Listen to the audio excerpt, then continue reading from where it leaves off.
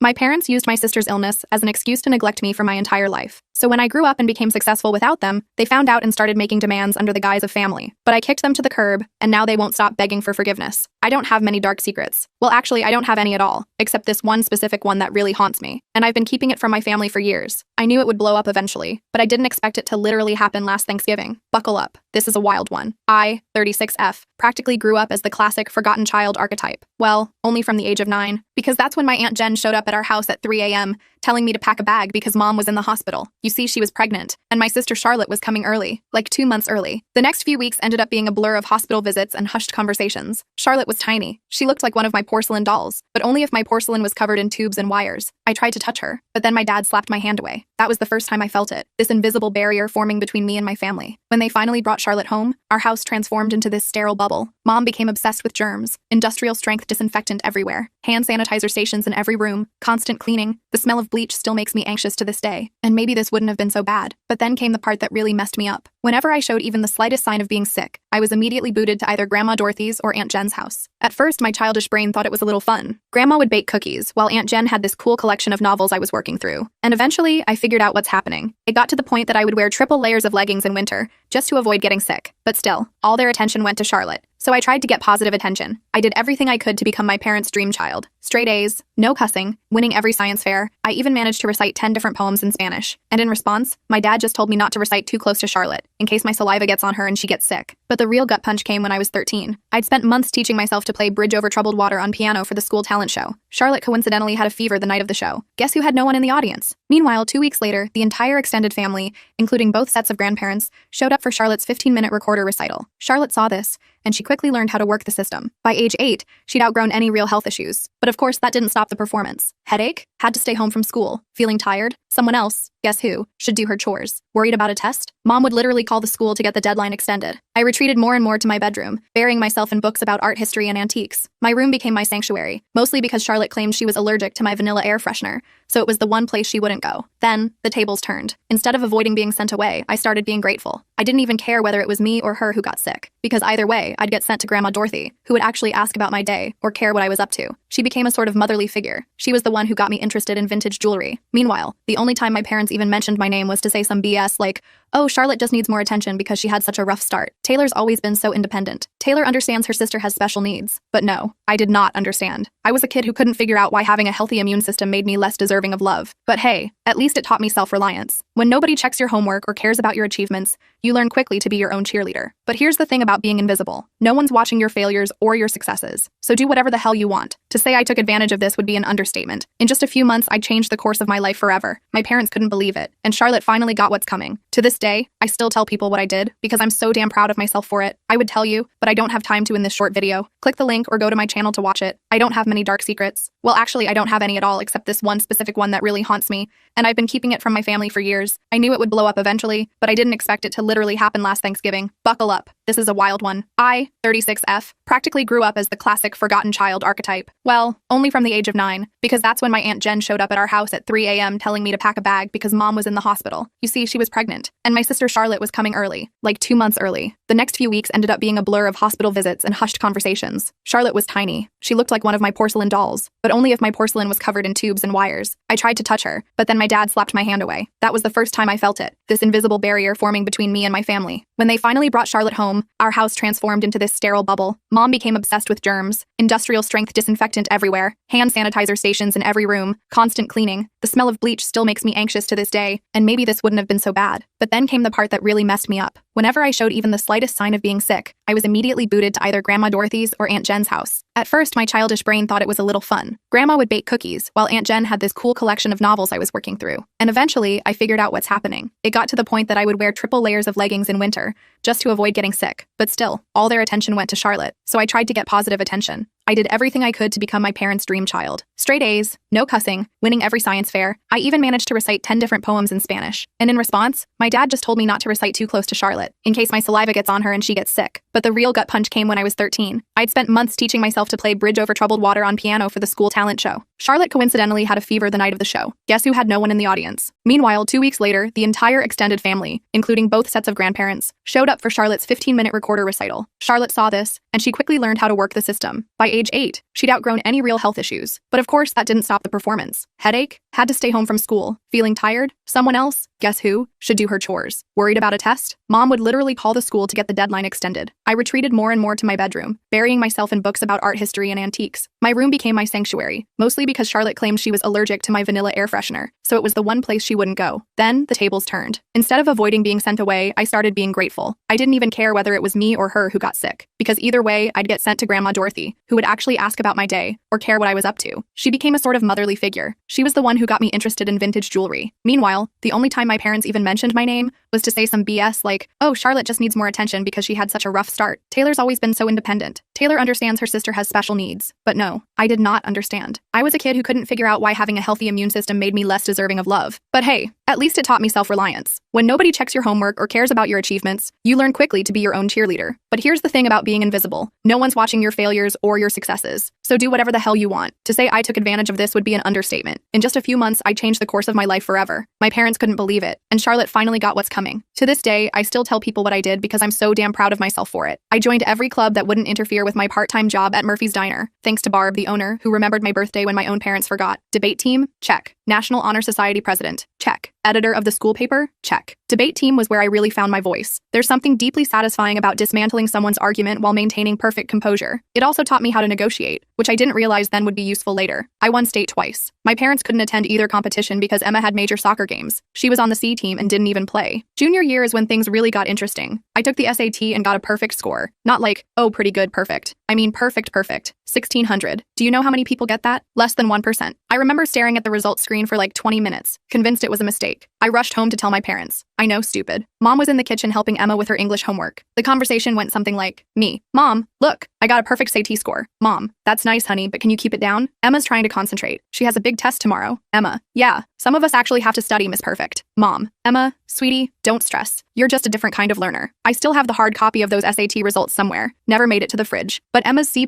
in English? That baby got prime refrigerator real estate with a, we're so proud of you, magnet. The college application process was interesting. I applied to 15 schools without telling anyone, wrote all my own essays, gathered my own recommendations, handled all the financial aid paperwork myself. My guidance counselor, Ms. Wilson, was the real MVP. My parents were too busy to help with the FAFSA, so I stayed after school. Then the acceptances started rolling in. Harvard, Yale, Princeton, Northwestern, each one coming with a scholarship offer. I kept them all in a locked box under my bed, knowing what would happen if Emma found out. They'd suddenly make it all about her. But if Taylor goes to Harvard, I'll be all alone. Or some nonsense. The day I got my full ride offer from Northwestern, Emma made junior varsity cheerleading. Guess which one was celebrated with a family dinner? Hint, I had microwave mac and cheese in my room while they went to Olive Garden. But you know what? That scholarship was my golden ticket. Tuition, room, and board covered, plus a book stipend. I could finally leave that house where I was either invisible or inconvenient. The day I got my acceptance package, I went to my favorite spot in the local library, a third-floor window seat overlooking the park, and cried for an hour. Not sad tears, relief tears. When I told my parents at dinner I was going to Northwestern, they were concerned. Dad, Northwestern? But that's so far away. What if Emma needs you? Mom, I hope you're not expecting us to help with expenses. Emma's cheerleading competitions are very expensive. Emma, crying. Oh my God, finally. Can I have your room? I need space for my TikTok videos. I worked double shifts at Murphy's Diner that summer to save money. Barb, bless her heart, always gave me extra tips and made sure I got to take home leftover pie at the end of my shifts. She also taught me a valuable life skill, how to spot genuine people in a world full of fakes. Honey, she told me, in diners and in life, the ones making the most noise usually have the least to say. Move-in day at Northwestern? My parents couldn't come because, surprise,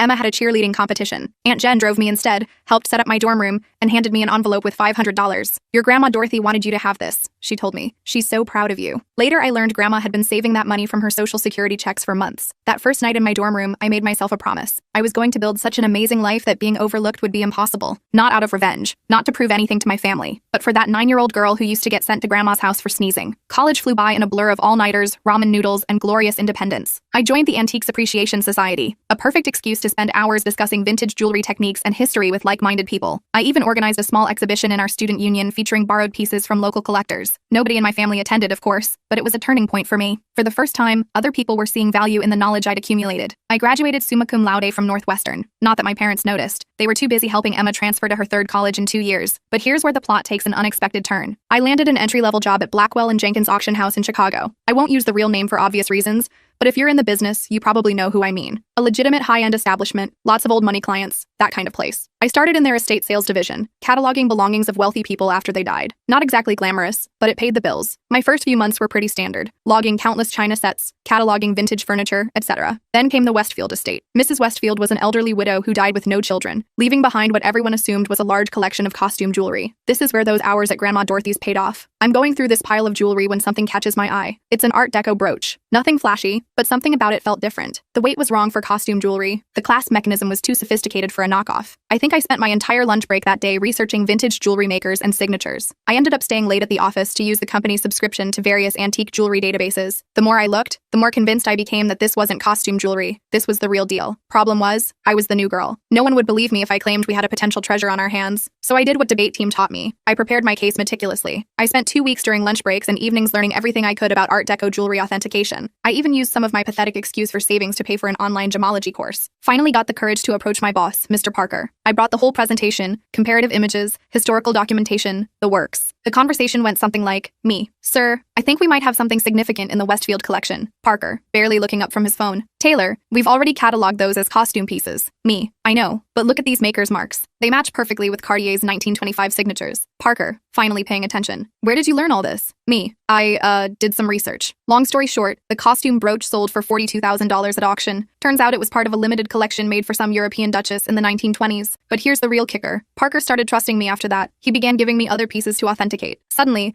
my useless hobby of sorting vintage jewelry had actual value. I threw myself into learning everything about antique jewelry. I took every online course I could afford. I spent weekends at estate sales studying pieces, even started a small notebook documenting different authentication processes. My apartment looked like a jewelry scholar's fever dream, with walls covered in printouts of vintage hallmarks and certification guides. The auction house started seeing results. I was finding important pieces others had overlooked, developing relationships with collectors, understanding the market. My commission checks got bigger. For the first time in my life, I wasn't just surviving, I was saving money. My family, still remarkably uninterested. At Sunday dinners, which I still attended like a fool, the conversation went like, Mom, Taylor's still at that antique shop, right? Me, auction house. And yes, actually, I just authenticated a rare Tiffany piece. Emma, interrupting, oh my god, speaking of jewelry, you guys have to see this charm bracelet I bought at the mall. But I didn't care anymore. For once in my life, I had found something wholly mine, something I was genuinely good at, something that had nothing to do with being Emma's sister or the family disappointment. Then came the Harrington collection. This was about 2 years into working at the auction house. Massive estate, old money family, lots of buzz in the industry. I was part of the team cataloging their jewelry collection, and that's when I spotted it. A fairly ordinary-looking Art Nouveau piece everyone else had passed over. I spent 3 days researching it, barely slept. It turned out to be a piece from a famous French jeweler's private collection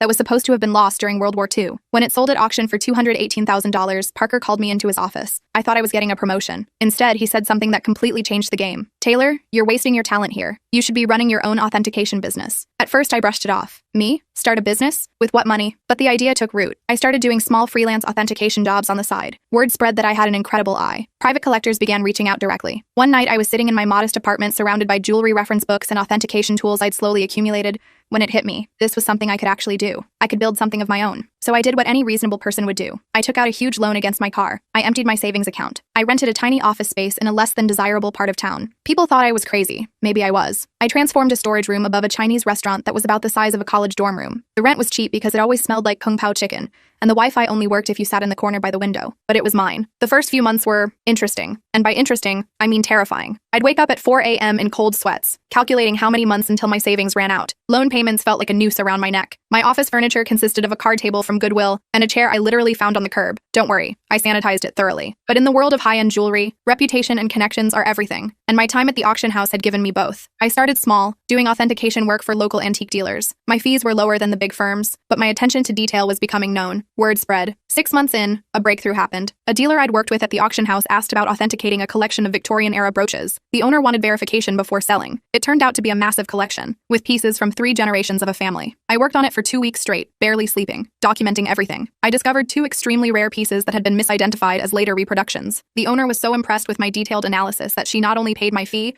but offered me a 10% commission when the pieces sold. That commission? $76,000. More money than I'd made in the previous 2 years combined. Suddenly my phone was ringing. A lot. Private collectors hearing about my knack for spotting overlooked pieces. Estate lawyers seeking opinions on inherited jewelry. Even my old auction house started sending me authentication work.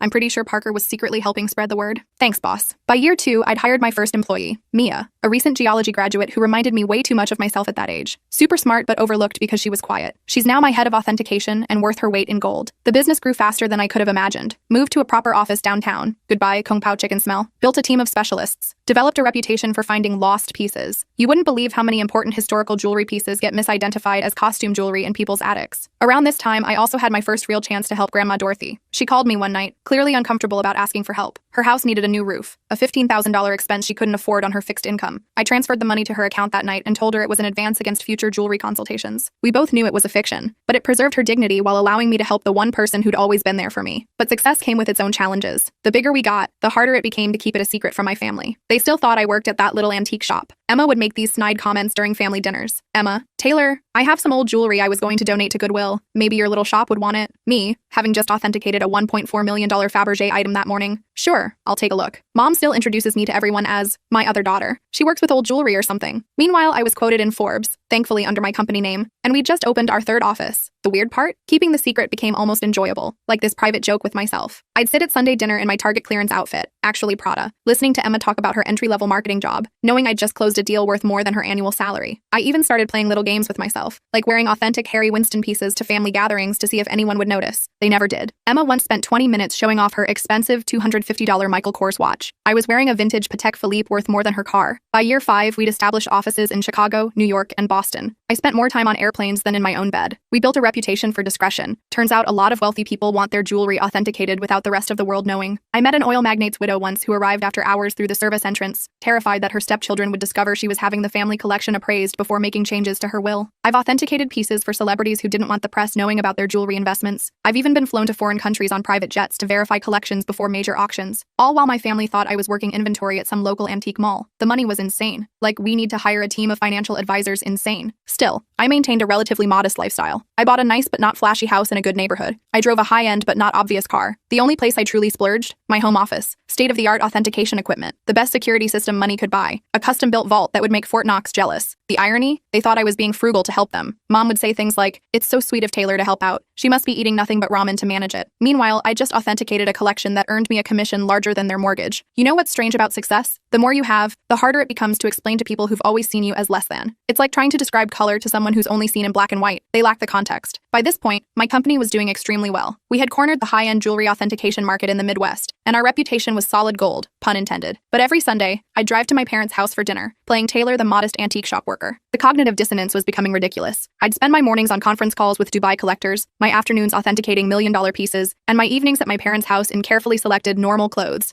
eating Mom's overcooked pot roast while Emma dominated the conversation with stories of her latest marketing triumph.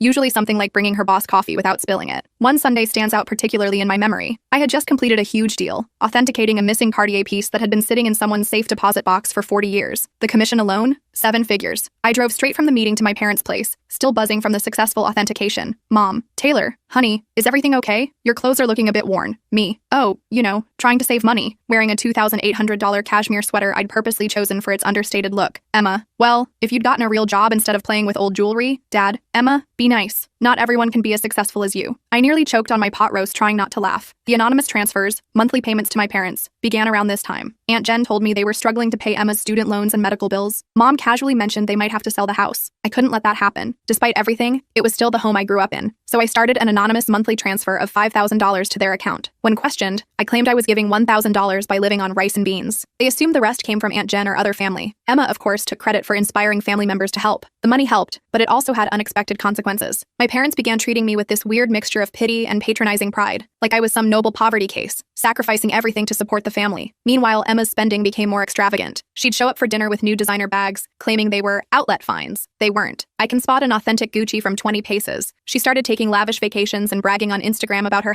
#blessed life. I'm pretty sure she was using my support money for shopping sprees, but I kept quiet. The irony was just too delicious. Then came the MBA drama. Emma announced she wanted to go back to school for her MBA. Another private university, of course. Only the best for the golden child. Mom called me in tears, explaining how they couldn't afford it. Me, maybe Emma could look at state schools? They have good programs too. Mom, oh honey, you don't understand. Your sister needs to maintain certain Standards. But speaking of helping, could you increase your monthly contribution for a few years? I increased it to $7,000 per month. My accounts didn't even notice. But watching them praise Emma for taking initiative with her education, while assuming I was living on ramen to help out, that stung a little. The real kicker? I was giving a guest lecture at the same business school Emma wanted to attend. My family didn't know that. The dean personally invited me to give a seminar on luxury goods authentication and business growth. I had to make up an excuse for why I couldn't attend Sunday dinner that week. During that lecture, I kept wondering what would happen if Emma walked in. Would she recognize me? Would she tell my parents? The fear of exposure still haunted me, even as I stood there talking confidently to a room full of MBA students about valuation methods for historical artifacts. The cognitive dissonance was getting harder to manage. My own achievements started to feel like a separate life, like I was some corporate superhero with a secret identity. By day, I was running a multi-million-dollar authentication business. By night, well, Sunday evenings, I was just Taylor, the disappointing daughter who worked at an antique shop. The weight of the lie was becoming heavier. Every time Emma made a snide comment about my career, every time Mom apologized to her friends for my modest lifestyle, every time Dad suggested I get a real job, there were moments when I almost came clean, like when Dad mentioned struggling to pay for his blood pressure medication, and I wanted to tell him I could cover it without even noticing. Or when Mom talked about postponing a needed dental procedure because insurance wouldn't cover it. Each time, I just quietly arranged for more money to appear in their account. I started seeing a therapist to deal with the mounting stress of my double life. Dr. Levine became my sounding board, the one person besides Aunt Jen who knew the truth about my life. You're enabling their behavior, she would tell me. Giving them money without boundaries is reinforcing the dynamic. She was right, but I wasn't ready to face the consequences of honesty. I think I always knew it would end dramatically. I just didn't expect it to implode so spectacularly on Thanksgiving. It started 2 weeks before the holiday. Mom called, crying about her back pain. She'd been diagnosed with a herniated disc, and the thought of cooking Thanksgiving dinner for 20 guests was overwhelming her. Now, I'd like to tell you I offered to help purely out of goodwill, but honestly, I was tired of pretending her dry turkey was edible. Me. Why don't I handle the food this year? I can have it catered. Mom. Oh, honey, we can't afford a caterer. Me. Don't worry about the cost. I've been saving up. Mom. Concerned. You're not taking out a loan, are you? I arranged everything with a high-end catering company I use for business events. They do incredible work, the kind of food that makes you wonder why you ever bothered cooking yourself. It cost more than my parents thought I earned in 2 months, but whatever. Thanksgiving morning arrived, and I was feeling pretty good. I had my laptop with me because I needed to monitor a major online auction in Hong Kong. This gorgeous Art Nouveau necklace was up for sale, and I had a client interested in authentication if they won the bid. The meal arrived on schedule, and everything was perfectly arranged. Emma, of course, had to comment. Emma. Store-bought stuffing? Really, Taylor? Mom's is so much better. This from the girl who once set off the smoke alarm making toast. Mom kept apologizing to everyone for not cooking herself, but you could tell they were enjoying the meal. Emma shut up after tasting the maple-glazed Brussels sprouts, which, by the way, cost more per plate than her weekly grocery budget. Between dinner and dessert, I stepped away to check my laptop. The auction was getting interesting, and I needed to be prepared in case my client won. I set up in my old bedroom, which Mom had kept exactly the same since high school. Meanwhile, Emma's room had undergone 3 renovations. That's when everything went sideways. I had left my authentication program running with several tabs open showing various accounts and current contracts. Emma came in without knocking. Some things never change. To borrow my phone charger. She saw my laptop screen. She saw this as her chance to finally expose how pathetic her older sister was. Emma, smirking. Let's show everyone what Taylor's really been up to. Before I could stop her, she grabbed my laptop and walked into the dining room. Picture this. 20 people, including aunts, uncles, cousins, and my parents, stuffed with gourmet turkey and half drunk on expensive wine they thought was from Trader Joe's. Emma, time to see what kind of important work Taylor's doing on Thanksgiving. She flipped the laptop around triumphantly, apparently intending to embarrass me with whatever minor antique transactions she assumed I was working on. The room went completely silent. Like, you could hear the fancy clock I got Mom for Christmas. She thought it was a reproduction, ticking softly. My screen displayed current account balance, $14.7 million. Pending authentication contract, $425,000. Recent transaction, $1.2 million. Hong Kong auction. Company quarterly profit report, $3.8 million. Emma's face cycled through 5 different emotions in 3 seconds. The final one landed somewhere between shock and nausea. She actually swayed slightly on her feet. Emma whispers, "This can't be right." Mom. Emma, honey, what is it? Emma, voice cracking. She's rich. Taylor's rich. If possible, the silence deepened even further. Then Mom started laughing, like, really laughing. Mom, don't be silly. Taylor works at that little antique shop. I stood up carefully, smoothing out my basic cashmere sweater that cost more than their monthly mortgage. Me. Actually, Mom, I own one of the largest jewelry authentication companies in the country. Have for years. Those antique shop comments? I authenticate pieces worth millions. That little business you never asked about? It has offices in 3 cities. Dad choked on his drink. Aunt Jen dropped her fork. Uncle Dave started coughing violently. Then Mom's laughter transformed into something else. Her face turned red, then purple. She stood up so fast her chair fell over. Mom, screaming, "You have millions, and you let us struggle." Me. Struggle? I send you $7,000 every month. Mom, while sitting on millions, your sister has student loans. So there it was. Not congratulations. Not, wow, we're so proud. Just outraged that I hadn't given them more money. Emma started crying. Surprising, I know. Sobbing about how she deserved to know and how I'd betrayed the family. Dad joined in. Dad, how could you be so selfish? We're your parents. We raised you. That's when I lost it. Years of being overlooked, years of dismissal, years of being treated as the family disappointment. It all came pouring out. Me. Raised me? You shipped me off to grandma's every time I sneezed. You missed every achievement, every award, every milestone because Emma might feel left out. You never saved a penny for my college but took out loans for her private school. And now you're mad that I built something for myself? The next 5 minutes were chaos. Mom screaming about family obligations, Dad yelling about ungrateful children, Emma alternating between sobbing and demanding to know exactly how much money I had. Meanwhile, the fancy catering team tried to serve dessert while looking extremely uncomfortable. I grabbed my laptop, took my Hermes bag, which Mom had previously complimented as a nice knockoff, and walked out. Behind me, I could hear Mom already discussing how to spend my money, something about Emma's MBA and a new car. As I drove home in my sensible car, a limited edition BMW, my phone started blowing up with texts. The family group chat exploded. Emma started posting on Facebook about hidden family wealth and selfish siblings. The days after Thanksgiving were like watching a hurricane hit in slow motion, except the hurricane was my family, and the debris was my sanity. Within an hour of leaving dinner, my phone had 52 missed calls and over 200 texts. Mom followed this fascinating progression. 7:42 p.m. How dare you walk out on family? 8:15 p.m. We need to talk about this like adults. 9:03 p.m. Your sister deserves a share of your success. 10:30 p.m. I've already called a realtor about houses in better neighborhoods. 11:45 p.m. Why aren't you answering? This is your mother. Meanwhile, Emma had gone full social media warrior. She wrote a massive rant on Facebook about how her millionaire sister had been hoarding wealth while watching her beloved family struggle. The comment section was insane. Distant cousins and former high school classmates I hadn't spoken to in years suddenly had strong opinions about my moral character. But this is the part that really got me. Emma actually posted, all those years of me trying to help Taylor's career, giving her advice about moving up from that little antique shop, and she was secretly wealthy. The betrayal hurts so much. I nearly threw my phone across the room. The only career advice she ever gave me? She suggested I try selling jewelry on Etsy. The flying monkeys arrived next. Aunt Susan, who I see maybe once every 3 years, called to tell me that family is everything. Uncle Bob, who I'm pretty sure still thinks I'm 12,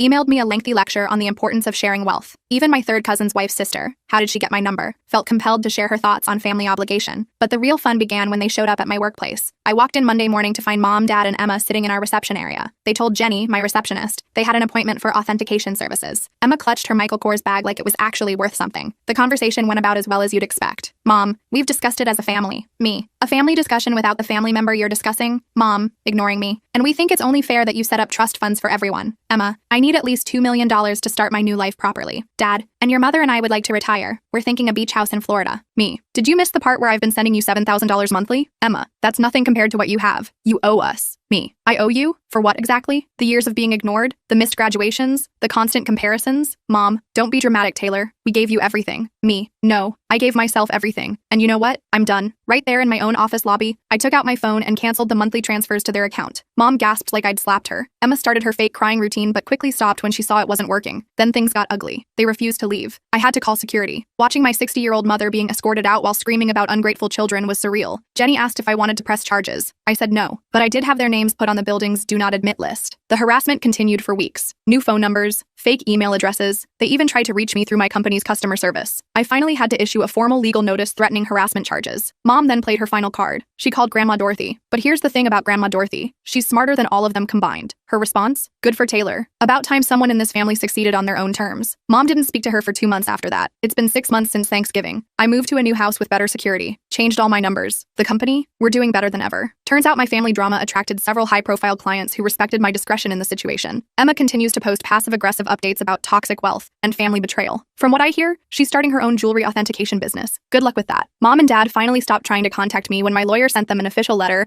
outlining how harassment charges would impact their lives.